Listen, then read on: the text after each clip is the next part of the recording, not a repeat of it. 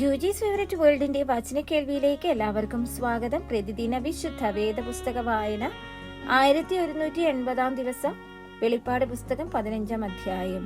ഞാൻ വലുതും അത്ഭുതവുമായ മറ്റൊരു അടയാളം സ്വർഗത്തിൽ കണ്ടു.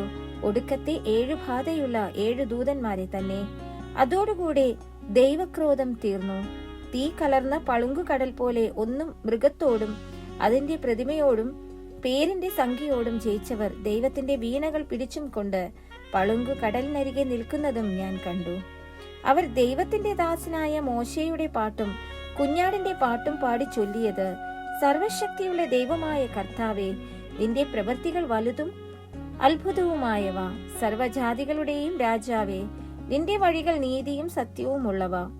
കർത്താവേ, ആർ നിന്റെ നാമത്തെ ഭയപ്പെടാതെയും മഹത്വപ്പെടുത്താതെയും ഇരിക്കും? നീയല്ലോ ഏക പരിശുദ്ധൻ. നിന്റെ ന്യായവിധികൾ വിളങ്ങി വന്നതിനാൽ സകല ജാതികളും വന്ന് തിരുസന്നിധിയിൽ നമസ്കരിക്കും. ഇതിന്റെ ശേഷം സ്വർഗത്തിലെ സാക്ഷികൂടാരമായ ദൈവാലയം തുറന്നത് ഞാൻ കണ്ടു.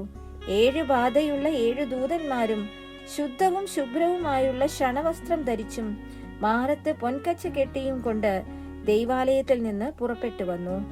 അപ്പോൾ 4 ജീവികളിൽ ഒന്ന് എന്നേക്കും ജീവിച്ചിരിക്കുന്ന ദൈവത്തിന്റെ ക്രോധം നിറഞ്ഞ 7 പൊൻകലശം ആ 7 ദൂതന്മാർക്ക് കൊടുത്തു.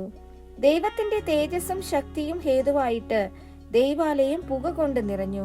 7 ദൂതന്മാരുടെ ബാധ 7 കഴിയുവോളം ദൈവാലയത്തിൽ കടപ്പാൻ ആർക്കും കഴിഞ്ഞില്ല.